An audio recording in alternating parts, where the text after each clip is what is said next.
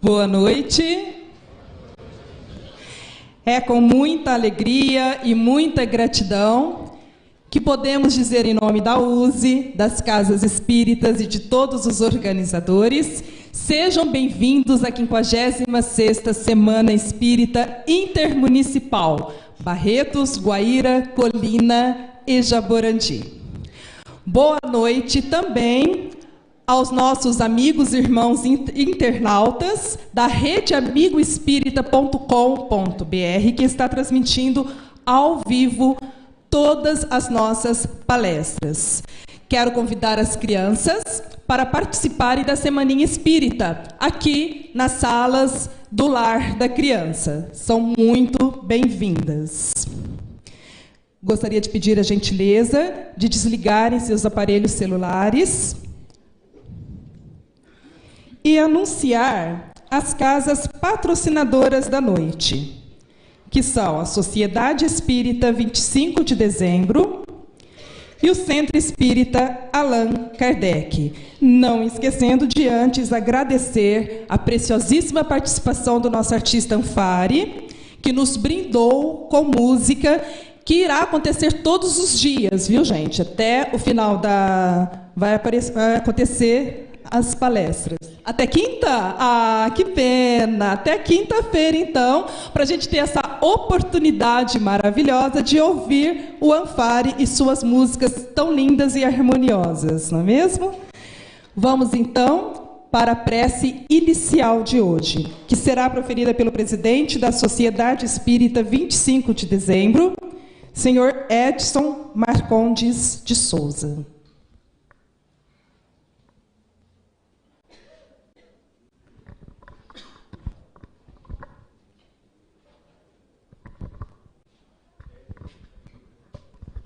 Muito boa noite a todos e a todas.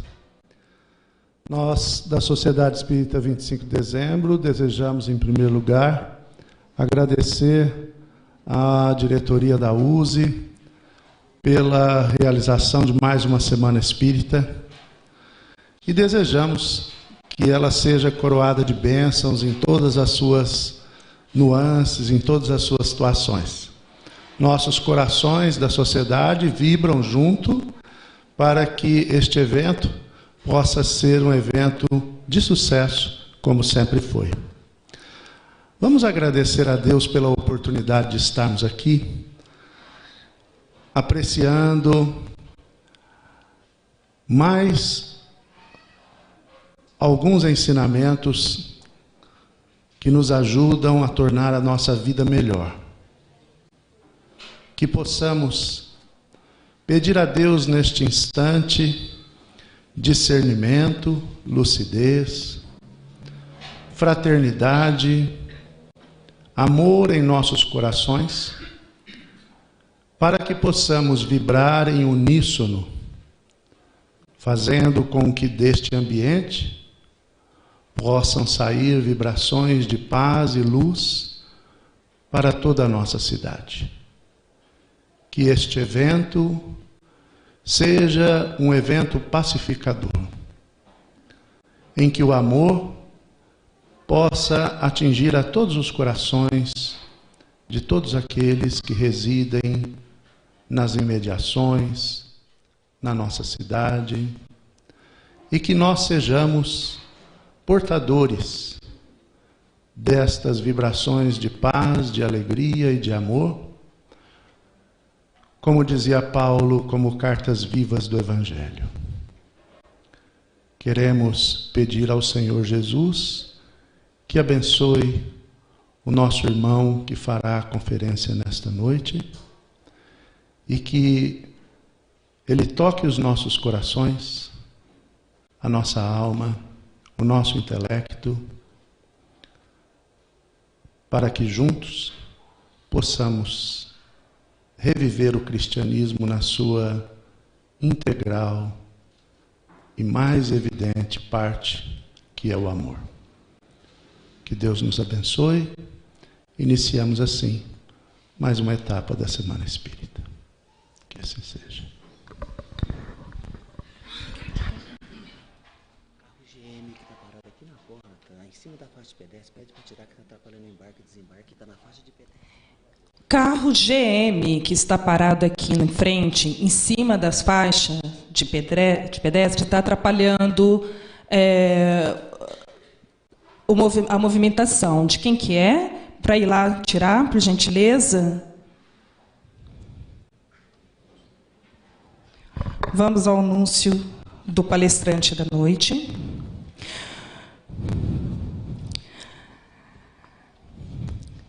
Nosso palestrante é de Juiz de Fora, Minas Gerais. Ele é filósofo, professor da UFJF, Universidade Federal de Juiz de Fora. Já palestrou em várias cidades e regiões do nosso Brasil.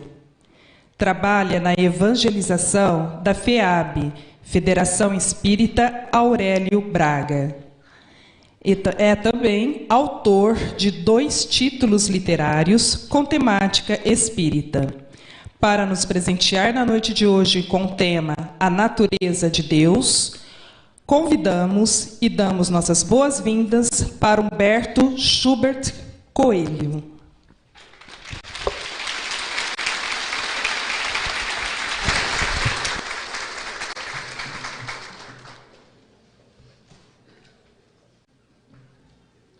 Boa noite.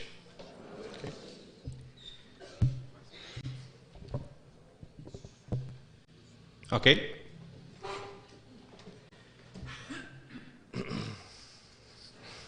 Então, muito boa noite, às senhoras, aos senhores. Hoje nós vamos falar sobre a natureza de Deus, esse tema bastante pretensioso. Mas antes de falar sobre a natureza de Deus, convém lembrar o que nós sabemos sobre a matéria e o que nós sabemos sobre o espírito. Sobre a matéria, nós sabemos que a maior parte dos nossos preconceitos, das nossas expectativas de senso comum, que são nutridas, que são embasadas nas nossas experiências dos 5 sentidos, né? A solidez da matéria, né? A audição, a visão, etc. e tal, a impressão de que a matéria ocupa um lugar muito bem definido e fixo no espaço, a impressão de que a matéria é inalterável quando a gente olha para uma pedra ou quando a gente olha para uma mesa, por exemplo, né? Todas essas impressões têm sido derrubadas pelos avanços da física moderna dos últimos 120, 130 anos.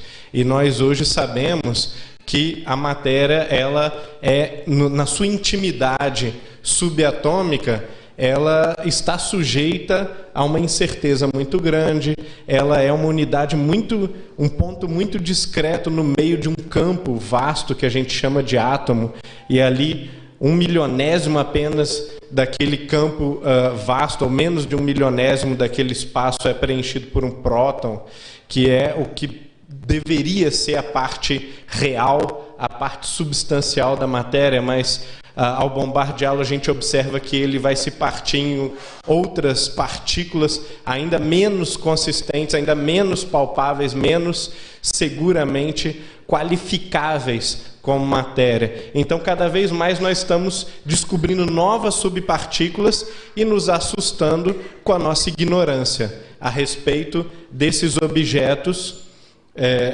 não dotados de inteligência, não dotados de liberdade, desses que são os objetos mais simples do universo, partículas de poeira, partículas de luz, partículas de ar, né? E que cada vez mais nos revelam uma complexidade assustadora, além da nossa atual capacidade de compreensão. E quando a gente pensa na subjetividade, no patrimônio da memória, em como a nossa mente, como a nossa consciência calcula o tempo e o que exatamente significa esse tempo para a consciência, quando a gente pensa que muitos dos nossos atos, pensamentos e sentimentos, eles emergem, sem que nós tenhamos muito controle sobre eles, dos refolhos do inconsciente humano, que nós não sabemos, não podemos determinar ao certo como é formado, como se processa, e mesmo a parte consciente, nós também não conseguimos descrever adequadamente, nós não sabemos, mesmo quando a gente está focando a nossa atenção num objeto simples, a gente não sabe descrever esse ato mental, nós não sabemos exatamente o que é que a mente está fazendo quando ela olha para um objeto, o que que significa atenção a um objeto, o que que significa um ato de liberdade, se há liberdade ou não, é uma discussão ainda dos filósofos. Então, se nós não entendemos muito bem a matéria, nós muito menos, com muito menos força e qualidade, entendemos o espírito.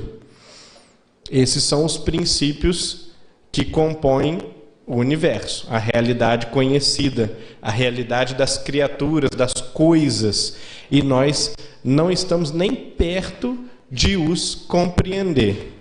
Como nós poderíamos pretender compreender a natureza de Deus? É inviável, né?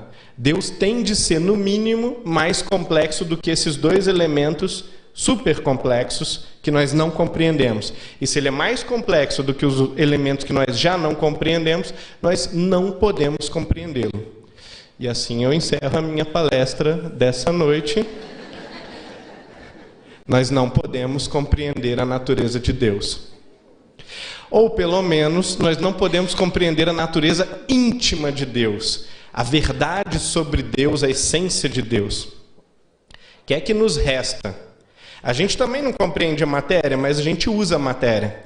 A gente interage com as coisas no dia a dia, a gente dirige, a gente anda, a gente respira, a gente come, a gente fala. Então nós estamos interagindo com o mundo físico o tempo todo. Inclusive um bebê, né? Ou qualquer tipo de pessoa, por menos conhecimento que ela tenha de física, ela é razoavelmente competente na sua interação com o mundo físico. E com o mundo mental a mesma coisa. Por mais que a pessoa não saiba nada de psicologia, ou de subjetividade, ou de filosofia da mente, a pessoa lida com emoções, lida com conceitos, com palavras, com termos, com significados, com memórias, com ideias e com o livre-arbítrio. Ela toma decisões. Ou seja, todos nós somos muito competentes no uso dessas coisas. Nós sabemos mais ou menos bem para que elas servem, como elas funcionam. Nós não sabemos apenas por que elas funcionam desse jeito, como elas são intimamente, por trás do véu, digamos assim, da nossa consciência mais superficial. Então, talvez nós possamos fazer um outro tipo de abordagem da natureza de Deus. Não a natureza íntima de Deus, mas a natureza manifesta de Deus. O que é que Deus nos mostra? Como que Deus se nos revela? O que é que Ele apresenta? Como Ele age? Através de que meios e com que propósitos Ele faz, Ele interage, Ele é um ator dentro do universo, não apenas um mantenedor, né? Então, se existe alguma forma de nós lermos na ação de Deus, ou seja, na providência divina, né? Ou se há fenômenos que podem ser incentivados pela consciência de Deus, ou mesmo se não existe nem a providência, nem esses fenômenos miraculosos, como alguns pensadores acreditam, mas a simples manutenção do universo é um exercício que depende do empenho ativo, constante de Deus, então nós podemos dizer alguma coisa sobre ele indiretamente.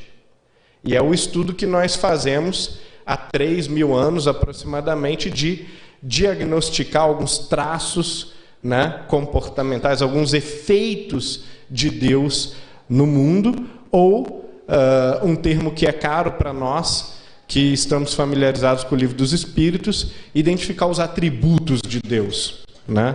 Ou seja, nós não sabemos o que Deus é intimamente, mas nós sabemos que características Ele deveria ter. Porque o universo que Ele criou e que Ele mantém, ele é dotado de algumas características físicas e morais muito claras. Então, se nós conseguimos entender um pouco da natureza, e não só a natureza que as ciências revelam, mas também a natureza humana, que a arte, que a religião, que a literatura, que a política e que também as ciências humanas revelam, se nós conseguimos entender o mundo, entender a vida, nós estamos um pouco mais próximos de entender a natureza de Deus.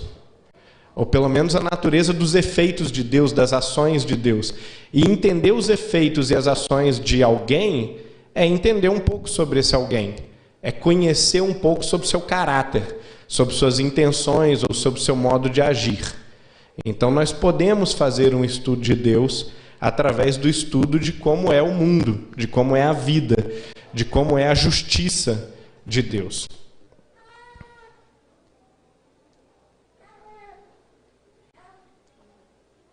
Muito bem. Então, nós temos a primeiríssima pergunta do Livro dos Espíritos: o que é Deus? E essa pergunta, antes ainda de a gente ouvir a resposta, ela é interessante, porque a natureza da pergunta, o tipo de pergunta que é feito por Kardec, conduz a gente a alguns tipos de resposta, como qualquer pergunta. E ter feito a pergunta diferentemente nos conduziria a outro tipo de resposta. Se nós perguntássemos, por exemplo, quantos deuses há, né? Ou quantos deuses existem, ou então como é o Deus de Israel, né? Ou qual é a identidade do Senhor dos Exércitos do Velho Testamento, a gente estaria condicionando essa pergunta a uma resposta compatível com o modo de pensar religioso, filosófico judaico do Velho Testamento. Se nós perguntássemos, por outro lado, como é o Deus Pai, né? Ou então, como é, o que é, ou quem é o Deus maior da Trindade, nós estaríamos condicionando a resposta a um tipo de teologia muito específico. Agora, ao perguntar muito genericamente o que é Deus, Kardec já pressupõe que a resposta poderia ser: não é uma pessoa, não é um ser consciente, é uma força, é uma energia, como o Sol, uma coisa mais ou menos assim. E havia filosofias na época de Kardec que tendiam a respostas desse tipo sobre a natureza de Deus. Então Kardec, muito sensatamente, ele pinça através da pergunta um número maior de possíveis respostas, né?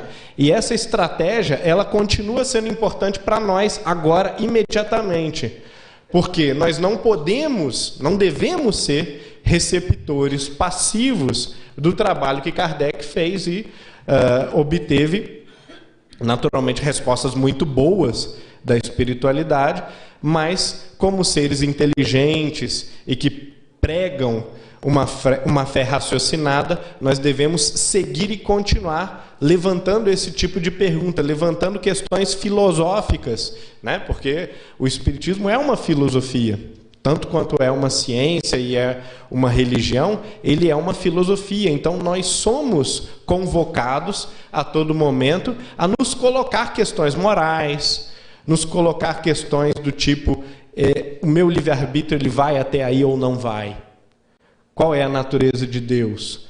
Como se dá a justiça de Deus? Isso é papel de todo e qualquer espírita. Porque se nós propugnamos uma fé raciocinada, nós temos o dever de raciocinar, de levar o raciocínio, de levar a crítica, de levar o questionamento para ela, né? O que Kardec faz exemplarmente no momento dele, nós devemos seguir fazendo no nosso momento histórico, no nosso estágio do progresso. Então, a resposta também revela várias coisas interessantes. A resposta já não é de Kardec, como a gente sabe, né?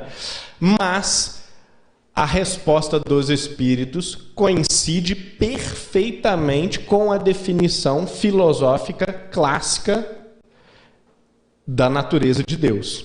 Se nós buscarmos em Santo Tomás de Aquino, se nós buscarmos em Descartes, se nós buscarmos em Leibniz, se nós buscarmos em Spinoza, né, um grande conjunto de pensadores diferentes entre si e que discordavam de várias coisas, um ponto em que eles concordavam, e muitíssimos outros autores concordam, é que Deus é a inteligência suprema e a causa primeira de todas as coisas. É isso que vocês vão ler no breve tratado de Spinoza, escrito quase 200 anos antes do trabalho de Kardec. Nesse breve tratado de Spinoza se diz: Deus é a causa primária de todas as coisas. E a mesma coisa, com palavras um pouco diferentes, nós encontraremos também em Locke, em Santo Tomás de Aquino e assim por diante. Uma grande quantidade de pensadores. A segunda pergunta é interessante, parece não ter nada a ver. O que se deve entender por infinito? Por que Kardec não fez uma outra pergunta mais diretamente ligada a Deus? Porque ele estava pensando também filosoficamente. E ele queria, através dessa pergunta, instigar a espiritualidade a dar a ele condições para resolver qual era o sistema filosófico da época mais interessante do ponto de vista dos espíritos. E como quase todos trabalham com o problema do infinito, Spinoza, Leibniz, Locke na época, ele cirurgicamente, estrategicamente, ao pensar essa segunda questão, ele vai meio que constranger os espíritos a responderem aquilo que ele queria exatamente. Ou seja, ele queria saber se os espíritos tinham algum tipo de partido dentro dos sistemas filosóficos da época dele. E a resposta é bem satisfatória. Ela puxa mais para a nossa incapacidade de compreensão do que para uma definição substancial do que é o infinito. O que é o infinito? Que nós não conseguimos entender, que nós não conseguimos medir. Essa não é uma definição sobre o que é a coisa infinita, é uma definição sobre a nossa compreensão. Na pergunta número 4, eu pulei deliberadamente a 3, onde se pode encontrar a prova da existência de Deus. Aí sim Kardec chega num ponto bem quente e bem próximo do tipo de pergunta filosófica levantada pelos contemporâneos dele, pelos colegas dele que praticavam filosofia, e que levantavam essa questão em primeiro lugar. Quais são as provas da existência de Deus, ou quais são as provas contra a existência de Deus? E daí os espíritos vão responder aqui. Num axioma que aplicais às vossas ciências, não há efeito sem causa. Procurai a causa de tudo, o que não é obra do homem, a vossa razão responderá. Nessa pergunta e no desdobramento das outras seguintes, a gente vai entender o seguinte: Deus não é um agente do tipo taco de sinuca, taco de bilhar, que impulsiona a bola branca vai impulsionar as outras bolas. Esse é o tipo de causa da física dos efeitos. É uma causa eficiente, aquilo que produz um efeito. E, geralmente, quando um físico pergunta qual é a causa de um movimento, ele está pensando nisso. Qual combustível, qual impacto, qual influência levou a esse efeito? Existe um outro tipo de causa, que é: por que eu escolhi pera e não maçã? Por que eu escolhi essa camisa hoje? Por que eu passei por um lugar e não por outro?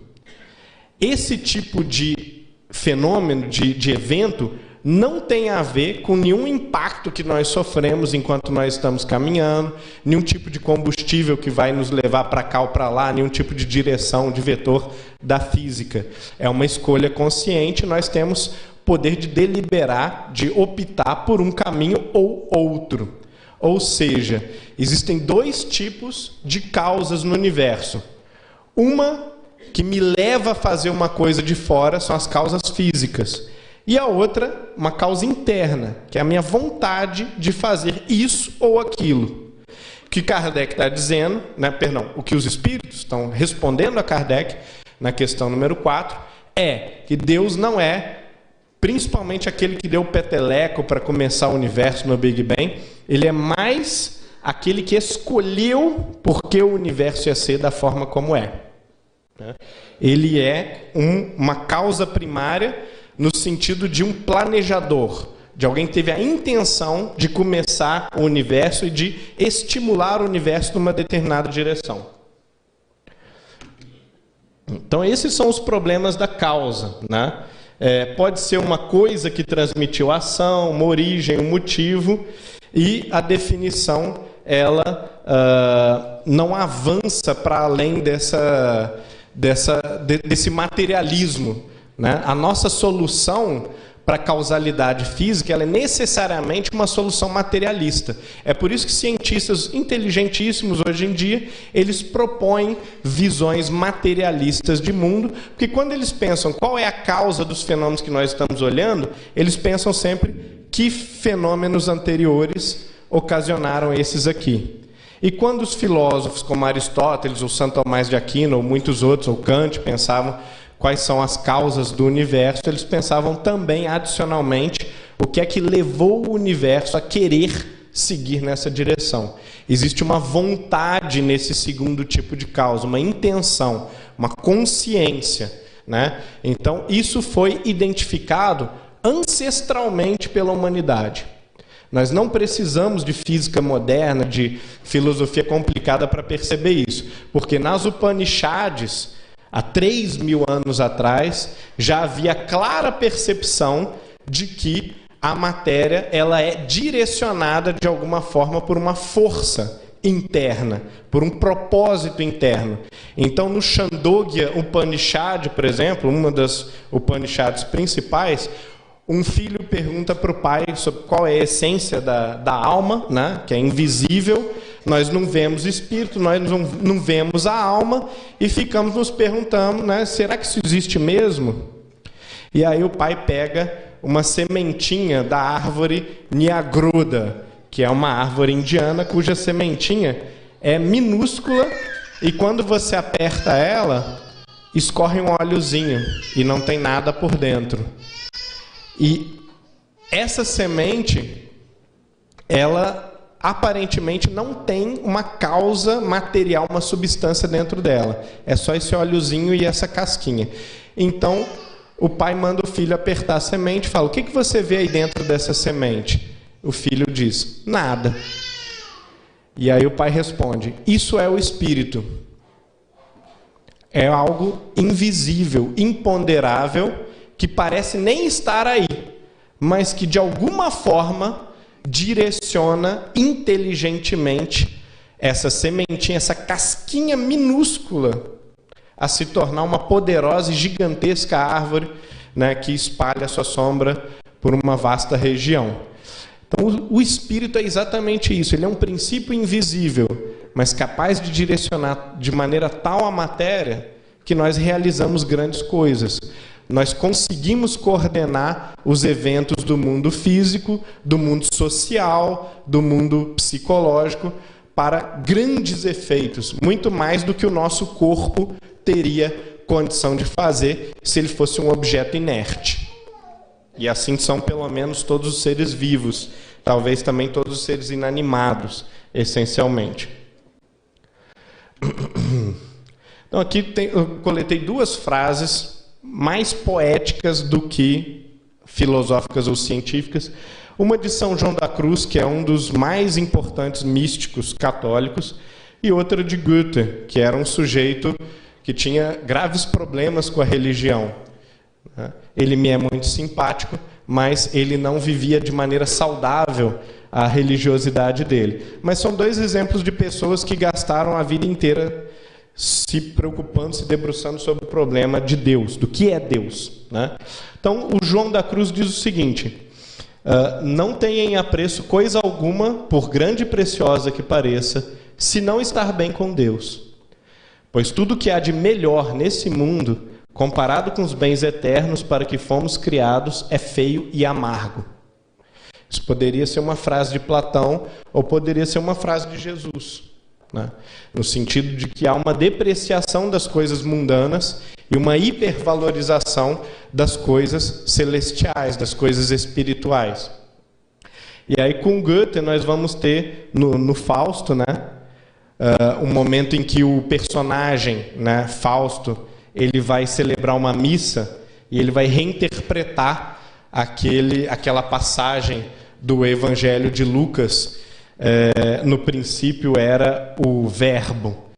E essa é uma tradução latina bem precária, porque a palavra original, o termo original em grego é en arche en o logos, né? Esse logos, no princípio era o logos, pode significar uma dúzia de coisas em grego.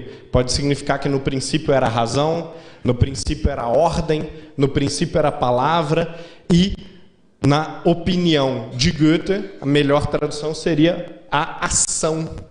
No princípio era a atividade de Deus, a força propulsora, o impulso, a vontade de viver de Deus, né? E a ação estava com Deus e a ação era Deus. E ela estava no princípio com Deus, a vida está na ação. Bom, como que nós chegamos a toda essa especulação filosófica, todas essas belas metáforas poéticas a respeito da natureza de Deus? Nós viemos naturalmente, se nós observamos ali em Evolução em Dois Mundos, do André Luiz, que é um livro capital para nós entendermos o desenvolvimento evolutivo do espírito, desde a época das cavernas, aliás, desde a vida animal, passando pela era das cavernas até a vida civilizada, nós vamos observar o seguinte, que André Luiz enfatiza aquelas atividades básicas de sobrevivência do ser humano primitivo, cunhar ferramentas, produzir as primeiras palavras, né, do grunhido passar a um som mais articulado, conectar as palavras, fazer desenhos. Então, essas primeiras atividades rudimentares da inteligência vão adestrando a mente para o pensamento cada vez mais abstrato. E o pensamento cada vez mais abstrato, ele consegue sair da comida, da sobrevivência, do fogo, do teto, do grito de socorro, que são preocupações imediatas, e nós começamos a cogitar já preocupações que não são imediatas, como, por exemplo, fazer um desenho de um Deus. É uma preocupação não imediata. Eu não preciso disso para nada. É inútil, né? Então, o ser humano vai se desenvolvendo, ele vai saindo da época primitiva, da era das cavernas, para a civilização, através da criação de atividades inúteis. A arte, a religião, a filosofia, a matemática, no começo, são inúteis, ou muito pouco úteis, muito pouco produtivas. Enquanto que as coisas mais concretas, as coisas mais palpáveis, elas resolvem os problemas imediatos desse homem macaco. Mas, com o tempo, esse exercício mental de sair do óbvio, sair do concreto, para pensar em números, pensar em representações de deuses, representações de homem com cabeça de touro, ou de um animal com cabeça de homem, coisas desse tipo, vão permitindo que o ser humano crie símbolos. E esses símbolos vão ser fundamentais para o surgimento da filosofia, da religião e até mesmo da consciência humana. Nós não teríamos consciência se nós não fôssemos capazes de fazer esse exercício abstrato de criar símbolos. Então é criando esses símbolos que nós vamos depois imaginar que existe um Deus que não tem corpo, um Deus que não tem nem cabeça, nem mão, nem pé. Como que você pode imaginar uma coisa assim que você não vê? É fácil imaginar um Deus que tem um corpo parecido com o de um ser humano. É fácil imaginar um Deus que tem um corpo com cabeça de touro, de águia, de cachorro. Porque eu vejo cachorro e eu vejo ser humano. Agora, imaginar um Deus invisível, que não está em lugar nenhum e em todos os lugares, que não tem uma personalidade definida, mas é eterno, infinito. Isso é extremamente anormal para a consciência humana no seu estágio mais primitivo. E só através desses exercícios de abstração, matemática, arte, música, religião, filosofia é que aos poucos a nossa mente vai concebendo essas coisas hiperabstratas. O que é a imortalidade da alma? Vou viver eternamente. Eu vou ter múltiplas experiências de aperfeiçoar a minha consciência. Eu hoje sou Humberto, tenho corpo de Humberto, mas em outra ocasião eu podia ser Clara com outro corpo, e em outra mais para frente eu posso ser fulano de tal, com outra personalidade, outra criação, outra cultura, outro país, outra língua.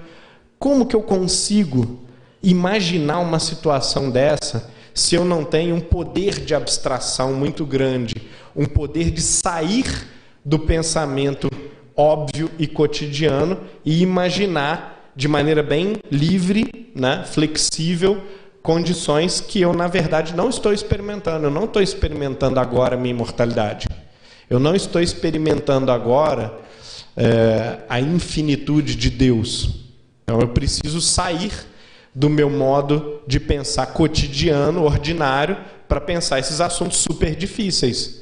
Se nós não fazemos esses exercícios, nós nunca vamos conseguir. Nós nunca vamos conseguir imaginar o que é o livre-arbítrio. E outros temas complexos, mas, infelizmente, ou felizmente, não sei, nosso desenvolvimento moral depende desses temas. Nós precisamos pensar em problemas abstratos como o que é o mal, o que é o bem, o que é a liberdade, qual é a justiça de Deus, como Deus administra o mal. Há consequências nessa vida ainda, há consequências depois da morte física. Então todas essas questões vão ser trabalhadas na literatura espírita e também na literatura filosófica, na literatura das outras religiões, porque são temas que, por mais difíceis e desagradáveis que sejam, são capitais, são cruciais. Nós não podemos passar sem esses temas. E, para quem acha que tudo isso é muito teórico, muito abstrato, né, eu tenho uma notícia para vocês. Né? Todo e qualquer espírita conhece filosofia. Todo e qualquer espírita leu Kardec e, consequentemente, leu muitas páginas de filosofia. Então, essa é uma discussão com a qual todos nós já estamos familiarizados, já faz parte do nosso cotidiano de reflexão. Muito bem. No desenvolvimento do politeísmo, que é a crença em vários deuses, o homem das cavernas, que primeiro suspeita da existência de outros seres invisíveis, ele tem contatos mediúnicos de vez em quando com os mortos, tem contato com entidades superiores que aparecem, às vezes, em formas impressionantes. Esse sujeito ele já começa a acreditar na magia, na força do pensamento, em atrair os espíritos, fazer oferendas para os espíritos. De repente, ele começa a racionalmente conectar uma entidade X com a administração dos mares. E assim nasce o Deus do mar. Ele pega uma outra entidade, fulano de tal, e conecta aquela entidade com o céu.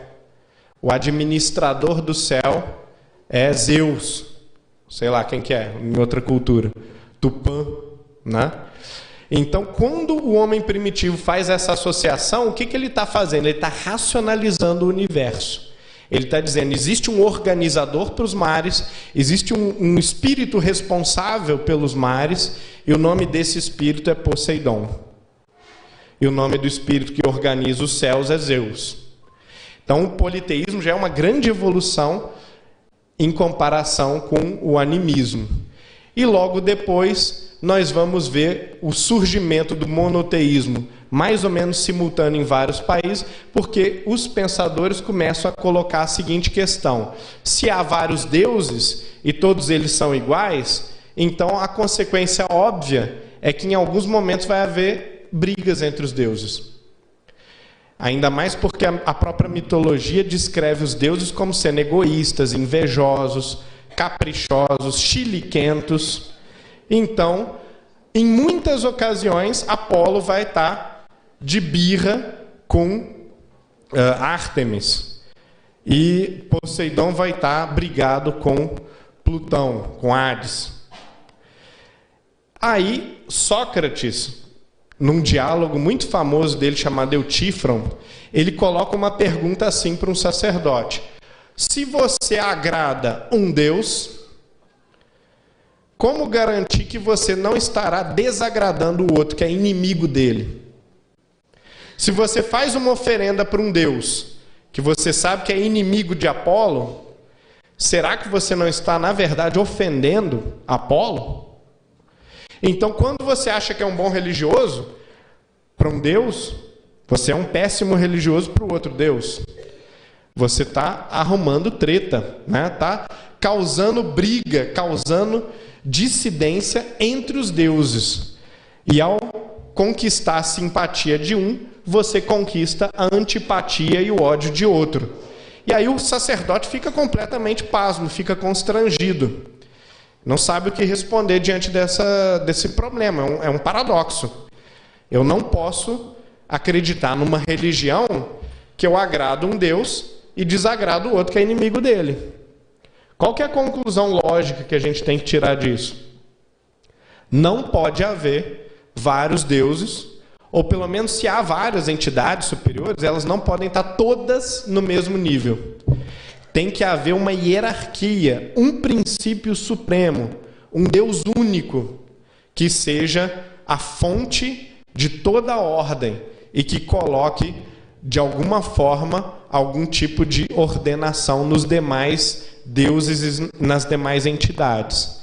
Então, pela pura razão, pelo mero exercício da lógica, nós chegamos à conclusão de que não pode haver múltiplos deuses, mas tem de haver, só existe essa opção, tem de haver um Deus único, e que está acima dos outros deuses, ou das outras entidades, dos outros espíritos. E foi assim que foi caminhando a concepção na Grécia. Com Xenófanes, por exemplo, surge a ideia de que, essa é uma crítica que a gente vai encontrar nos fragmentos dele, os trácios, eles são ruivos, eles fazem deuses, imagens de deuses ruivos. Olha que interessante. Os etíopes, eles são negros, as imagens dos deuses deles são negros. Já os babilônicos, que têm longas barbas encaracoladas, eles fazem imagens de Deus com longas barbas encaracoladas. Olha que suspeito, que interessante. Aí ele conclui: se as vacas tivessem deuses, seriam deuses vaca. E se os leões tivessem deuses, eles seriam leões, não seriam pessoas. Cada um faz os seus ícones, as suas estatuetas, com base na sua própria imagem. Logo, Xenófanes conclui, os deuses não podem ter aparência. Porque se eles tivessem aparência, a aparência deles seria variável dessa forma. Nós imaginaríamos cada qual uma aparência diferente para os deuses. Faz mais sentido crer que os deuses são seres abstratos, incorpóreos, invisíveis e que não podem ser classificados pelos nossos critérios físicos.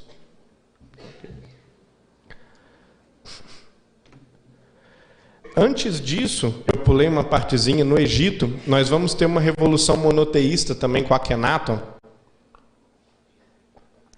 Quem digitar no Google vai ver hieróglifos muito sugestivos disso. Do Deus Sol e a representação de um solzinho do qual saem múltiplos raios, inúmeros raios desse solzinho. E o mais bonito da metáfora é que no final de cada raio de sol tem uma mãozinha. E essa mãozinha, ela está acariciando a cabeça de cada pessoa, de diferentes pessoas, das vacas, dos cachorros, dos gatos, das plantas e das pedras. Então essa era a concepção já extremamente avançada, né, de mais de 1000 antes de Cristo, de que Deus era uma espécie de sol que alcança todos e que é benéfico, traz o bem, o progresso e uma espécie de consolação, de cura universal para todos os seres, independente da sua moralidade, da sua perfeição, os ruins e os maus, assim como os bons e os justos. que alcança os irracionais, os estúpidos, que alcança até as pedras. Então essa é uma visão de Deus que tem 3.000 anos de idade e que eu ouso dizer que é mais avançada do que as concepções que muitas pessoas têm hoje em dia.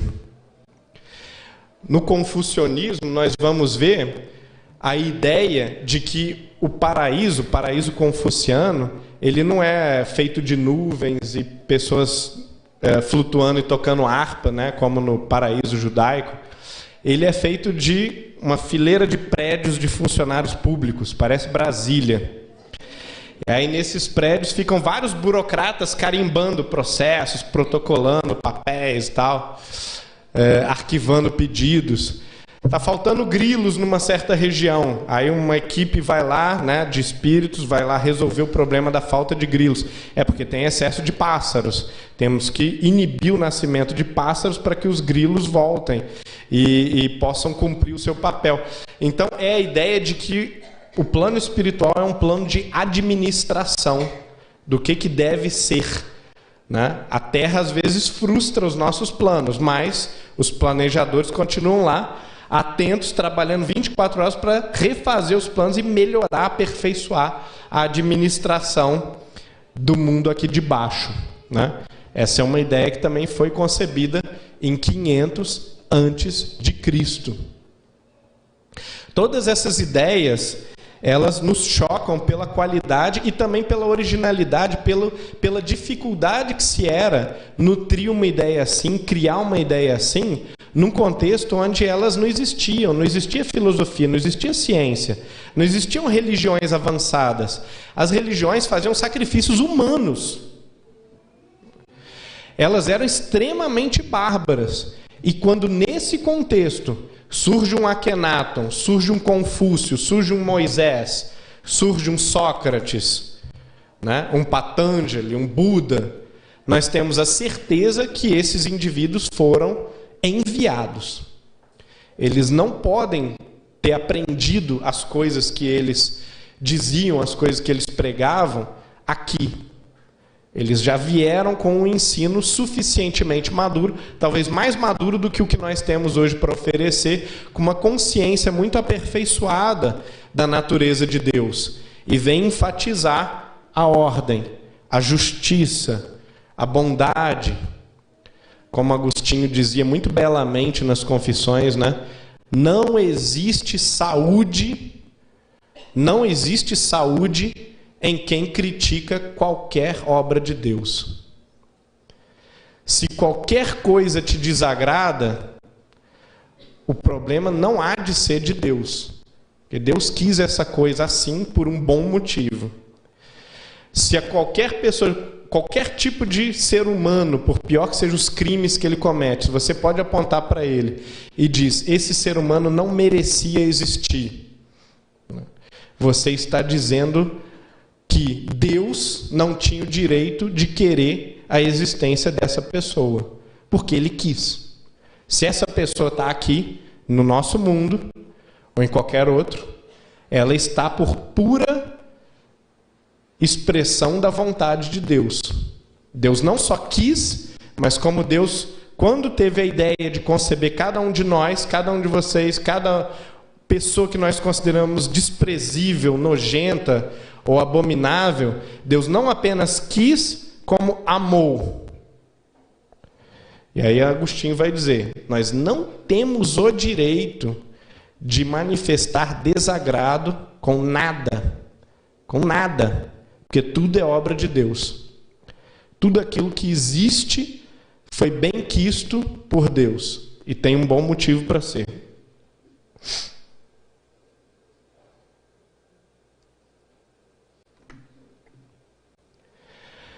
Saindo desse problema da criação, da ordenação do mundo, nós vamos chegar num outro problema, que é o problema do mal e do livre-arbítrio. Nós levantamos a questão por observação, né? Nós assistimos o jornal e nós concluímos: há uma quantidade imensa de mal no mundo. Se nós não assistíssemos o jornal, nós não teríamos esse mal-estar tão grande. Mas, mesmo que a gente não assista o jornal, que geralmente é um mecanismo das trevas, né, a gente saindo pela rua, a gente vai constatar que existe o mal. E mesmo que a gente não saia nas ruas, que a gente fique em casa, a gente de vez em quando vai ter uma briga, vai ver uma cena deprimente, né? Ou nós mesmos vamos dar um chilique porque alguma coisa não aconteceu do jeito que a gente queria e nós vamos descobrir que existe o mal. Aí se nós saímos de casa e falar assim, não tem jeito, aqui em casa é o inferno, vou para um convento, vou para um mosteiro, vou morar no Tibete com o super espiritualizado monge de Lhasa. Aí você vai chegar lá e vai presenciar um barraco terrível, gente com um monte de distúrbios diversos de personalidade, e vai chegar à conclusão: existe o mal no convento, no mosteiro, no Vaticano, no topo do Himalaia. Existe o mal. É uma constatação empírica. Nós, nas nossas vidas, não temos como evitar isso, porque existem pelo menos 2 tipos de males que são muito questionáveis. O sofrimento, que algumas vezes não é nem causado por uma catástrofe, nem por alguma maldade que alguém fez, mas pode ser fruto de uma doença, pode ser o sofrimento natural do envelhecimento, a pessoa começa a sentir dores, pode ser a morte, né? A gente não sabe lidar com a morte, a gente começa a ver os nossos amigos, nossos parentes morrerem, ou, além dos sofrimentos naturais, há também os sofrimentos morais. Quando nós fazemos alguma coisa errada e nos arrependemos, ou quando alguém faz uma coisa ruim conosco e nós vamos ficar chorando, né? Vamos ficar nos lamentando. Eu não merecia isso, tal. Foi muita dor, foi muito sofrimento, né? Nada disso é errado, o sofrimento existe. O sofrimento existe. Agora, o grande drama religioso e filosófico é nós diagnosticarmos corretamente a fonte do sofrimento. O sofrimento, ele começa na natureza ou ele começa em nós? Ele geralmente começa em nós. Porque os grandes sábios, geralmente aquelas mesmas pessoas que descobriram, né, a essência de Deus, os atributos de Deus, lá nas eras mais remotas, e depois continuaram estudando isso nos séculos seguintes, eles também se preocuparam com o problema moral humano e com a questão da felicidade. E vão dizer o seguinte, né? Muitos ou quase todos os nossos problemas não são oriundos das coisas que acontecem, mas das nossas interpretações das coisas que acontecem. Não é o martelo que caiu no meu dedo, né? Dói, mas eu poderia ter interpretado esse fenômeno de uma outra forma, poderia ter reagido de uma forma mais otimista, né? Mas quando eu digo, só comigo essas coisas acontecem, eu sou um amaldiçoado, não é possível, só porque eu estou com pressa, estou precisando terminar isso rápido e sair, só por causa disso aconteceu, né? Essas coisas são assim, né?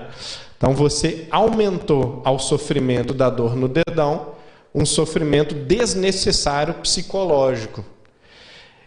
E com uma martelada no dedão, geralmente passa rápido, tanto a dor física quanto o sofrimento psicológico.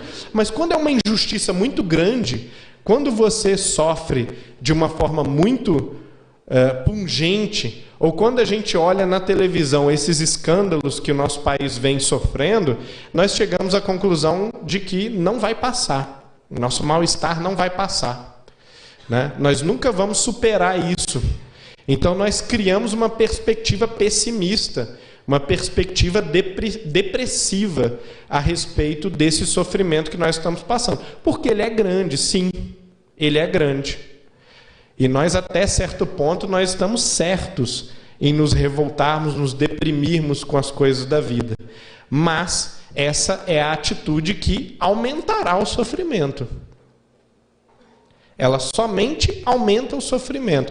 Então, mesmo que esteja razoavelmente certo a gente se ressentir, a gente se magoar, sabendo que a atitude apenas multiplicará o sofrimento, nós somos convidados a uma atitude renovadora. Nós precisamos fazer alguma coisa para sair do nível em que nós estávamos para um outro nível de consciência mais agradável, para uma situação de bem-estar. Essa situação, ela pode ser propiciada quando nós encontramos razões para acreditar na vitória do bem sobre o mal. A definição espírita de fé é a esperança de que no futuro os problemas atuais serão resolvidos, de que a infelicidade atual, de que a dor atual será expiada, será purgada, e nós entraremos no estado de bem-aventurança, de paz, de felicidade, de harmonia. É por isso que quando Kardec e os Espíritos falam de fé no futuro, né, esse termo ele vem justamente marcar a diferença numa fé cega que diz: eu aceito aquilo que Deus quiser. Sim, isso é uma boa definição de fé, aceitar o que Deus quiser. Isso é belo e é nobre, mas ainda mais reconfortante e ainda mais consolador é a gente dizer: eu aceito e acredito naquilo que Deus escolheu, naquilo que Deus faz, porque isso resultará fatalmente no bem, para mim e para todos.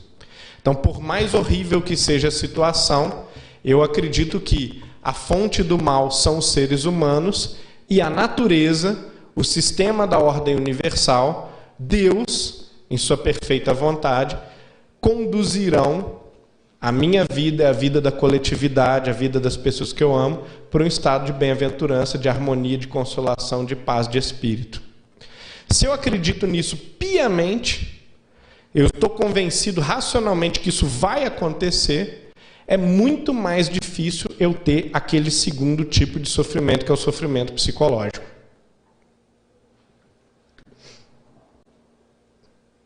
Essa é uma das grandes discussões também dentro da filosofia cristã, e que vai dividir Agostinho e Pelágio, vai dividir Erasmo e Lutero, que são os dois grandes reformistas. Um queria manter a Igreja Católica, Erasmo, e Lutero queria quebrar e se afastar ao máximo da Igreja Católica, criar uma nova igreja protestante, né, em protesto contra a Igreja Católica, né, mas a diferença crucial entre os dois era que Erasmo acreditava no livre-arbítrio. O ser humano ele sempre pode se regenerar, sempre pode se corrigir dos seus erros. E Lutero, que não admite mais conciliação com a igreja, ele diz: não, o ser humano não pode se regenerar por suas próprias forças, só pela graça de Deus. Só por intervenção de Deus, por uma força externa à vontade dele, ele pode ser regenerado. Essa é mais ou menos a opinião de Agostinho, enquanto que Erasmo vai emular a opinião antiga de Pelágio, né, de certa forma. As duas opiniões são muito boas, mas precisam ser reconciliadas. Nós precisamos entender como que o nosso livre-arbítrio é a causa, a responsável pelo nosso estado moral, pelo nosso estado de sofrimento ou felicidade, mas, entretanto, o nosso livre-arbítrio é limitado. Nós somos atores dentro de uma peça muito grande, com muitos componentes, muitos atores. E com diretor. Né? Se nós não somos materialistas, nós temos que acreditar também que a peça tem diretor e tem roteiro. Então, por mais que nós tenhamos o nosso livre-arbítrio, nós desempenhamos um papel no concerto universal. Existe um lugar para nós no mundo, existe uma função específica para nós, que nem sempre fomos nós sozinhos que escolhemos. E nós temos que tentar também perguntar intimamente o que é que eu deveria estar fazendo, o que é que Deus espera de mim, ao lado da pergunta que é mais comum, que eu quero.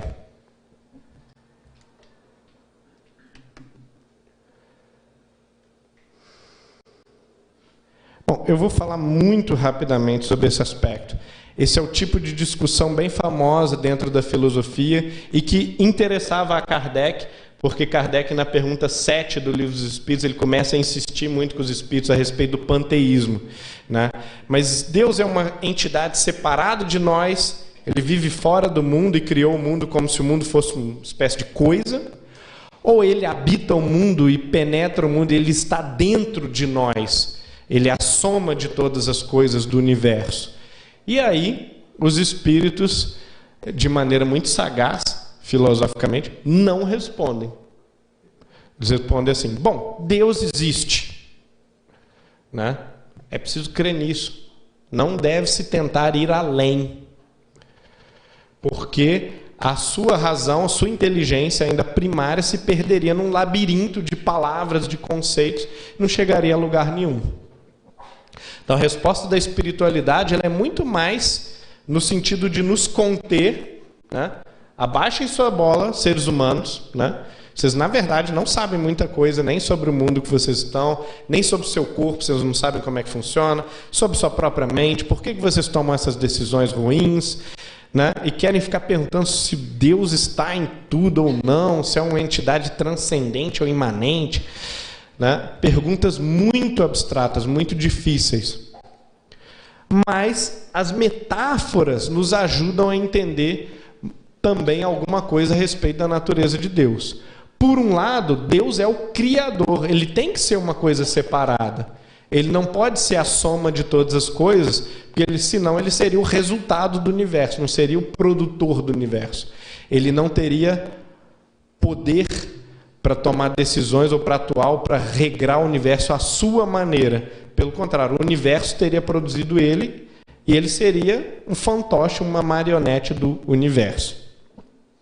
Mas esse Deus não pode ser tão afastado de nós que nós não consigamos sentir ele dentro de nós.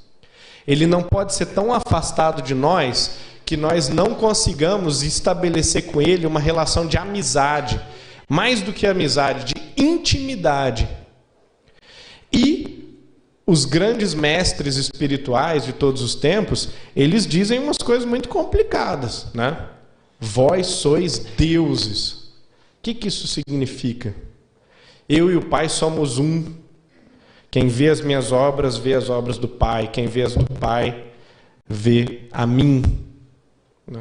Então, essa identificação entre o ser humano e Deus, né, que é comum em muitas religiões e muitas tradições filosóficas também, ela, claro, não é uma identificação total, mas existe um parentesco, um código genético, digamos assim, um carimbo, uma assinatura dentro de nós, dentro da nossa alma, que nos diz que nós recebemos as qualidades de Deus.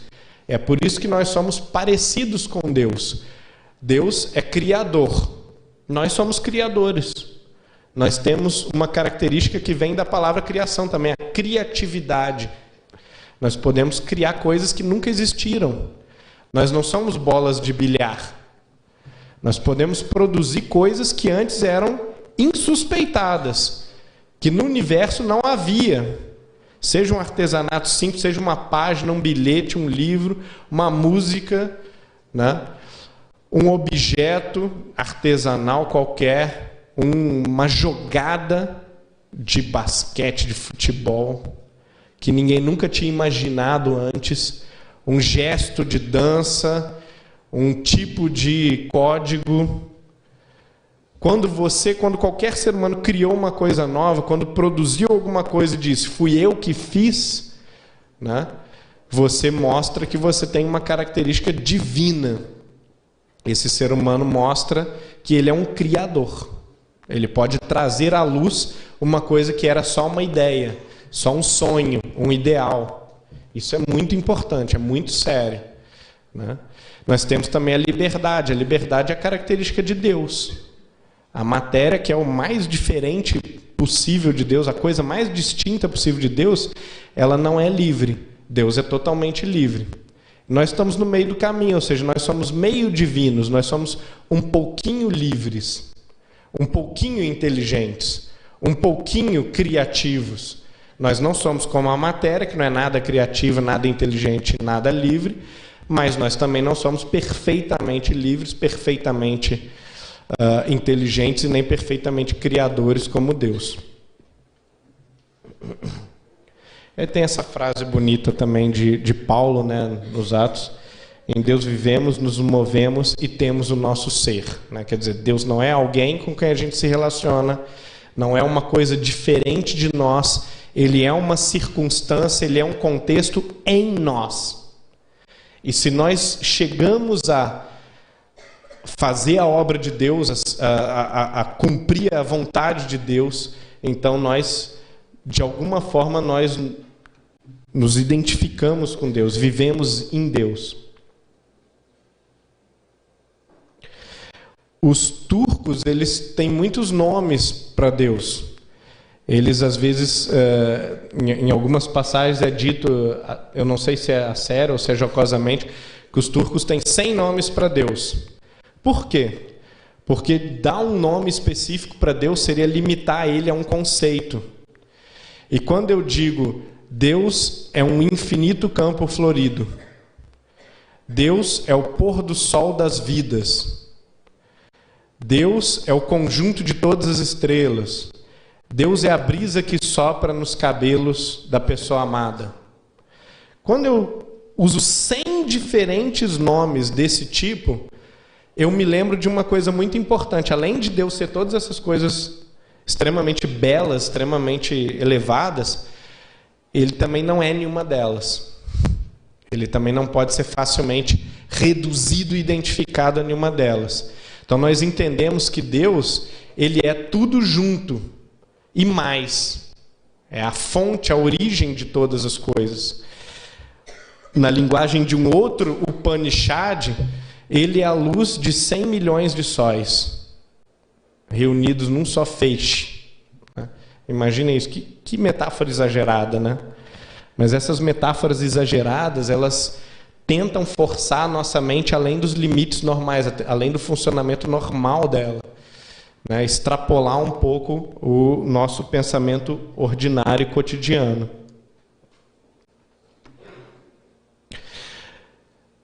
Antes de entrar nesse ponto,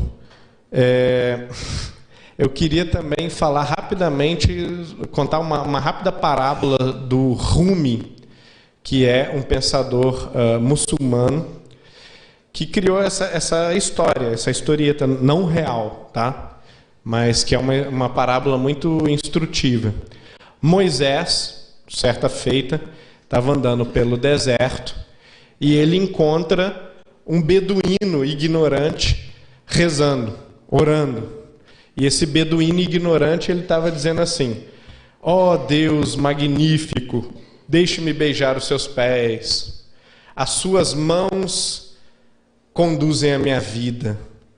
Seus cabelos, a sombra dos seus cabelos me cobrem e me causam alívio no calor do deserto. E aí Moisés, muito revoltado, foi lá e deu um sabão no beduíno. Você é um ignorante, completamente estúpido. Como é que você fala dessa forma vulgar a respeito de Deus? Deus é infinito, invisível, eterno. Não tem mãos, nem pés, nem cabelo, nem cheiro, nem roupa. O beduíno ficou muito constrangido e Moisés foi tranquilo, seguiu sua viagem, satisfeito por ter dado essa importante lição. Mais à frente aparece um anjo ao lado do Moisés, diz o seguinte: volta lá, né, e pede desculpas àquele sábio beduíno, que tem uma fé gigantesca, imensamente maior que a tua, porque da forma como ele entende o seu Deus, ele o ama completamente e se submete completamente à sua vontade. Né? Quisera, né, você estar nessa situação. Né? Moisés volta lá, pede desculpa ao beduíno e diz: olha, continua chamando Deus do jeito que você quiser, desde que seja com muita sinceridade, com muita boa intenção, né? Seus atos sejam dignificados por essa imagem de Deus. Então nós podemos enxergar Deus na natureza. Nós podemos ter uma visão estética, né, de Deus, na beleza da natureza. No Brasil é muito fácil, né? Nós temos abundantes estímulos a vislumbrar Deus na natureza, nas pessoas também, naturalmente, toda a obra física, né, do cosmos, né, até nas obras humanas, né, a arquitetura, a arte, a música, né, tudo isso nos remete naturalmente a Deus. Nós podemos contemplar Deus de uma forma mais abstrata, né, como puro espírito, e pensarmos conceitos puramente abstratos, né, vamos fazer filosofia. Nós podemos pensar a beleza já do ponto de vista da arte mesmo, como uma espécie de filtro ou de canal para a sublimidade e a grandeza, a perfeição de Deus. Nós podemos pensar Deus através da lógica. André Luiz tem uma frase que eu acho linda, porque às vezes muitos espíritas fazem inconscientemente ou não essa contraposição, né, entre a lógica e o sentimento, como se fossem duas coisas separadas, né? E André Luiz diz o seguinte: Deus ama infinitamente a lógica, observando os mecanismos de causa e efeito, né, uma série de mecanismos naturais, complexos, né, justos, né? André Luiz, ele profere essa frase. Então, quando eu digo que Deus ama a lógica, parece uma contradição, né? Como assim Deus ama a lógica? A lógica ela é para ser entendida e não é para ser amada. Uma outra contradição também é o dar um mandamento de amor. Como é que eu posso ordenar ama o teu semelhante como a ti mesmo? Como é que eu posso dizer para alguém é preciso amar como você ama a si próprio? Mandamento é uma coisa que a pessoa tem que conseguir fazer, né? Seria injusto eu mandar você fazer uma coisa que é impossível. Mas Jesus nos manda, nos ordena amar ao próximo como a nós mesmos. Sinal de que o amor não é uma coisa que dá e passa. Não é um sentimento aleatório que pode ser que me atinja ou não. Como aquela visão grega, né? Quem que é o Deus amor? É o Cupido, é um anjinho peladinho que sai por aí flechando as pessoas. Se você é flechado, aleatoriamente, você ama uma outra pessoa que calhou de ser flechada ali ao mesmo tempo. Essa é a visão grega do eros, né? Do amor apaixonado, do amor que nos atinge e nós não temos responsabilidade sobre ele. A visão cristã definitivamente não é essa, porque ela comanda o nosso amor. Nós devemos intelectualmente aceitar que o amor deve se estender a todos, aos que nós gostamos e aos que nós não gostamos tanto, aos simpáticos e aos antipáticos. Deve se estender àqueles que nós, a princípio, detestamos até. Ou que nos detestam, se a gente não detesta ninguém, né? Já está nessa situação boa. Então, o mandamento, ele pressupõe a nossa capacidade de crescermos, amadurecermos moralmente até o ponto de nós conseguirmos executá-lo e de nós conseguirmos estender esse sentimento a todo mundo. Então o sentimento não é algo natural. Não adianta você dizer assim: ah, mas eu sou assim, eu não sinto nada mesmo, não estou nem aí, né? Por mim, que se exploda lá, né? Ou então eu sinto assim, mas é meio pouco, né? Não é o suficiente assim para eu animar de levantar do sofá e ir lá fazer alguma coisa. Tudo bem, essa é a natureza de todos os seres humanos, sem exceção, né? O exercício do amor não é como a emoção que dá e passa e que nos atinge ora sim, ora não. Ele é um dever, ele é um empenho, ele é um comprometimento. Nós temos que sair da nossa zona de conforto e tentar buscar, exercitar, até que um dia, numa certa circunstância, nós vamos conseguir.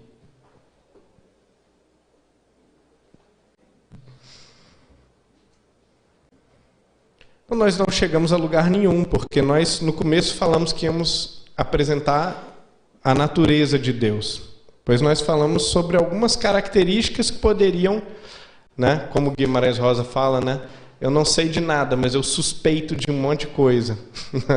Então, nós suspeitamos que Deus deve ter características parecidas com essas que a gente acabou de descrever. Pode ser que não. Porque os filósofos discordam uns dos outros. Os santos discordam uns dos outros. E muito frequentemente discordam de si próprios. E vivem grandes conflitos, né? Não pense vocês, São Francisco era um sujeito super harmonioso. Vivia tremendos conflitos o tempo todo. Não sabia o que era melhor, se estou fazendo certo ou não, estou me dedicando o suficiente ou não. É isso que era para eu estar fazendo ou não, né? Como todos os santos, todos os grandes seres humanos que são exemplo para nós, Madre Teresa passou a vida inteira dizendo: eu tenho a sensação de que eu fui abandonada por Deus. Eu consigo enxergar Deus em outras pessoas, mas quando eu procuro dentro de mim, eu sinto um vazio profundo, como se eu não tivesse nenhum tipo de contato. Eu tenho assim uma esperança de que Ele me ouve, de que Ele sente os meus atos, meus sentimentos, mas eu perdi o meu contato que eu tinha na infância com Deus, na adolescência, quando decidi ser freira, né? Então, esses são os santos, eles vivem os mesmos conflitos que qualquer um de nós. Não existe caminho fácil, não existe cartilha, não existe fórmula para a gente entender Deus. Mas a gente tem a obrigação de, no melhor da nossa consciência, meditar, praticar, refletir, orar, ter fé, amar, ter uma relação também sentimental com Deus. E um dos mandamentos também de Jesus, é um mandamento, de novo, é uma ordem, amar a Deus sobre todas as coisas. Quem pode nos dar uma ordem dessa, né? Acho que é por isso que Pedro virou para Jesus em um determinado momento: oh, Senhor, quem pode beber desse cálice, né?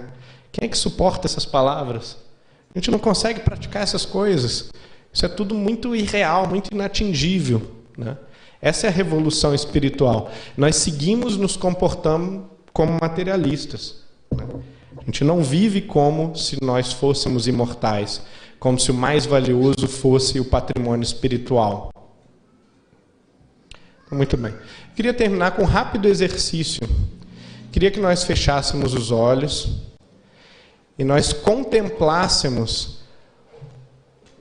metaforicamente, uma luz infinita, mais forte do que qualquer luz possível no mundo físico, mas que não fere os olhos, que não é quente demais, que só causa agrado, bem-estar. Essa luz harmoniosa, ela é um oceano onde nós estamos perfeitamente mergulhados, acolhidos, amados. Nós sentimos que, independente de qualquer mal que nós possamos ter feito, nós somos sempre perdoados e profundamente desejados, acariciados, idealizados por essa luz que é tão misericordiosa, que só vê em nós a promessa de seres bons, justos e sábios. Então, quando nós pensamos em Deus, o pensamento principal que deve estar na nossa mente é o seguinte: Deus nos ama mais do que nós nos amamos, Ele quer para nós um bem maior do que o que nós queremos para nós mesmos. Muito boa noite.